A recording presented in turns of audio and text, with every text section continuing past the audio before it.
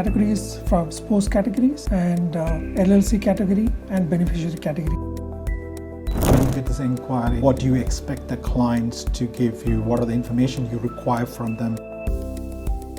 Do they have to have an American visa, or they should have traveled to America to apply for this? You have an American client married to an Indian citizen, they have dependents, they have children under 18, or they have like an elderly parents. They want to be claimed as a dependent on their 1040 tax return. What are the documents do you require, and what are the conditions? We do receive an LLC category, an INC or So when you say LLC LLC, category. can you brief on that? Like an Indian citizen who's a shareholder or partner in America? So when you say beneficiaries, like a 401k plan, That's somebody who had the American citizen who worked all their life in America, had the pension accumulated, and they want to give that pension beneficiary. They nominated someone in India as a beneficiary. What is the common challenges you come across with that category? The letter could be fine, it's not wet signed, that could be a rejection. There could be, the letter is there but it's not addressed to the Internal Revenue Service Austin ITIN Operation Office. There is a rejection because of that. The letter doesn't have an account number. Of all these years, tell me one challenging application where you tried your best but still you couldn't get an ITIN for that client. That's right. I know we had a case, I want to talk about that.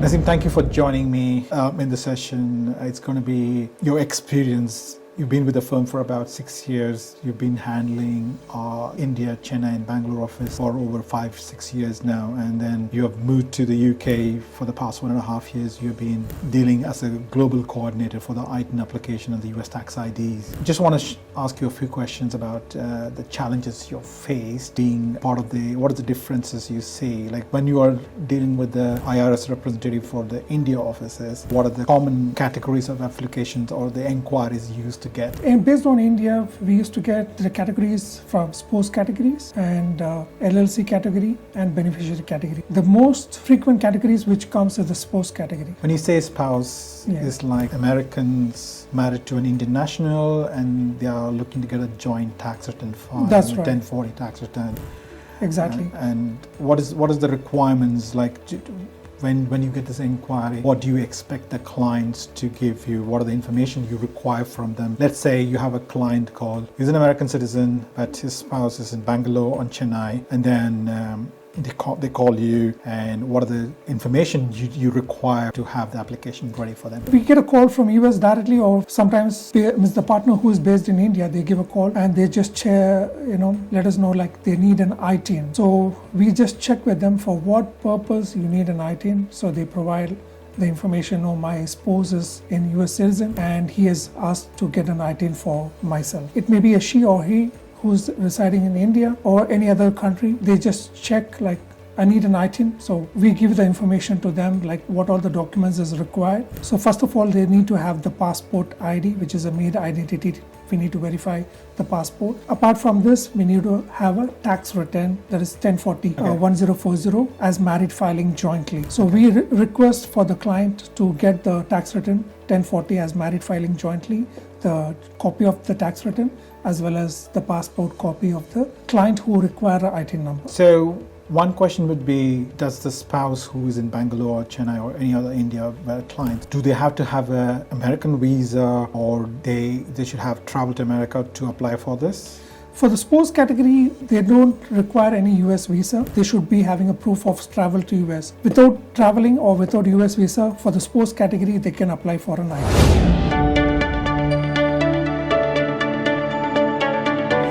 As as a dependent, if they want to apply for ITIN, what are the documents? Let's say you have an American client married to an Indian citizen. They have dependents, they have children under 18, or they have like an elderly parents. They want to be claimed as a dependent on their 1040 tax return. What are the documents do you require and what are the conditions? Normally that for the dependent category, based on child category or the parents category, they must have traveled to US. They should be having a US visa along with 193 days staying. That's almost like 6 months. Okay. They should be having a staying proof. And for the child category, they should be having some medical record or school record so that it will be a proof that they had been staying. And we use I-94 as a supporting document. Okay. Apart from the passport copy and US visa document, we request for I-94 plus a medical record or school record which proves that they were staying there for 6 months. Okay. And we use to get an ITIN application for the dependent category. As well as the parents, the proof of stay where they were staying, bills or invoices which they have been for almost Or if they are registered to a local GP, or the medical proof records. of medical records, Yeah, we so can that use should as be a supporting fine. Or document. medical record. Okay, that's right. fine. That's good.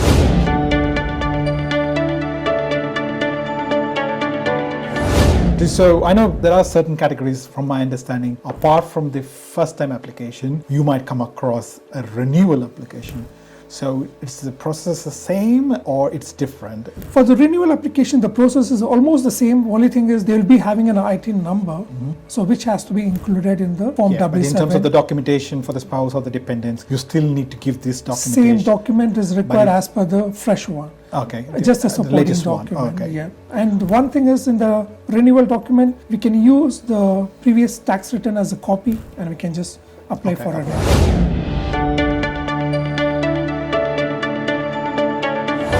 What are the next category you commonly come across in India? We do receive an LLC category, an INC or So when you say LLC, category. can you brief on that? Like an Indian citizen who's a shareholder or partner in America? Yes, they're any other country people like maybe out of US, they have LLC company registered in US and they get an income from US company. Apart from this, there are few clients who are working in as an Amazon, like e-commerce sites. They also receive an income from US. For them to register or to get a bank account or to file a tax return, they require an ITIN number. Yep. So they try to contact us and we just provide them the information like what all document is required. Based on that document, we will try to apply an ITIN and we get the ITIN number for them. Yeah, that's a good point you raised about Amazon. I know from my experience dealing with the UK office, the Amazon team, they don't give the kind of a supporting letter that even though they have an account with them. That's true. And some of the other clients, when they go and get this support, probably they go and register an LLC, and to run this members, it could be one member LLC or as a partners, a couple of people as a partner, they would join in. Each and every member in an LLC require an ITIN, or it's just one person? The individual members who's earning some income from US, they need an ITIN number. So my understanding is if they already have a social security number, they don't need an ITIN number. Yes, if they're having a green card as a social security number, SSN, say they don't require an ITIN. But who's not eligible to get a green card or SSN, they need an ITIN number to process their income, like to file a tax return.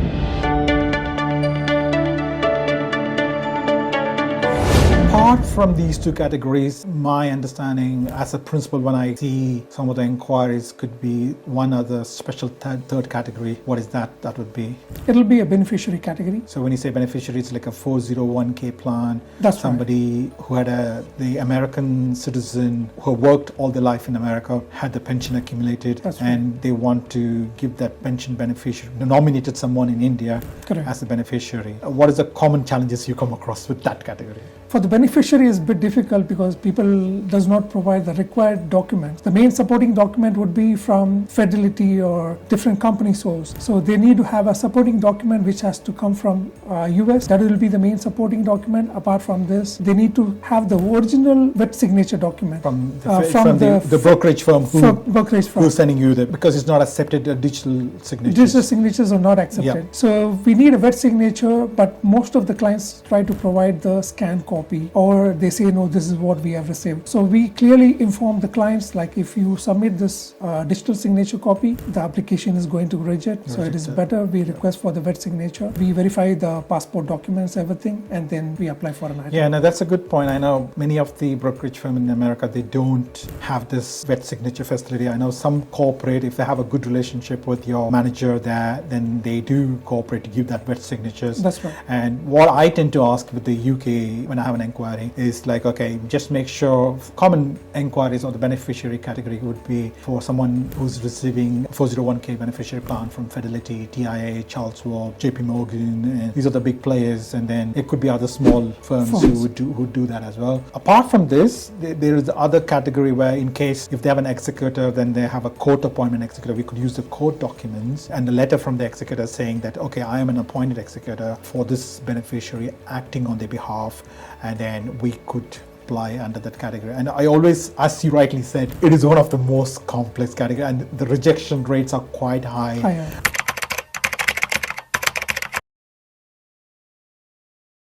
The letter could be fine, it's not wet signed, that could be a rejection. There could be, the letter is there but it's not addressed to the Internal Revenue Service, Austin, ITIN Operation Office, there is a rejection because of that. The letter doesn't have an account number, I mean they just say XXX on that. Yes, and the name does not match exactly. Yeah, it has to be exactly passport. as per the passport, and we have this challenging thing with the Asian markets where like Singapore passports, they have like a last name, first name mixed up, so we have to be very careful with that as well, right? So it's pretty much the same. I know you being a long-term coordinator for the global offices who monitor these things, I thought it would be best to check with you.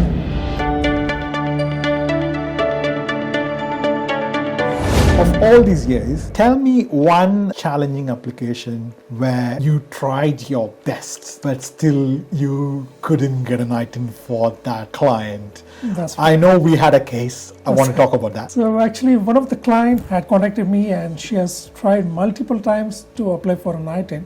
Maybe like 3 or 4 times she has already done it. So I just took this as a challenge. So I wanted to find out what went wrong and where there was a problem. So I just took all the application I've submitted. Finally, even we got the rejection letter. Okay. I was like, I need to just check with IRS, like what is the problem, what is the issue, because all the supporting documents are very clear. She was having a tax return prepared, and we provided supporting passport copy. She's Indian. She was having, she's a Indian nationality. She had Indian passport. Okay. And what was the main information which has been given from IRS, like she is eligible to get an SSN, so we cannot provide the ITIN. So when I asked the question, like she is an Indian citizen and she is holding an Indian passport, and the main reason what they said is she was born in US and she is eligible to get an SSN. So where did they find that information that she's born in the United States? It was in an India passport. The born means the Okay, they have a place of birth in America. place of birth. It says clearly it's America. So That's right. obviously somebody who's born in America, they are considered either as a US citizen. That's right. They have to go through the naturalization process to apply for American citizenship, and they cannot claim themselves as a foreign national. Is that right? Yeah, I know this is one of the unique cases. I do remember that case because if I'm not wrong, top of my mind, this client was born in America, but she didn't stay for long. When she was like a very young age as a baby, That's right. her parents moved to India and they never moved back, and then now she's got some inheritance or something coming up and she's totally stuck. I think she's about 30 or 35 years of age now, and then she has to go about and do a citizenship at this point just because her place of birth is America in her passport. That's interesting. Thank you for sharing this information, Nazim. You're welcome. That's really helpful.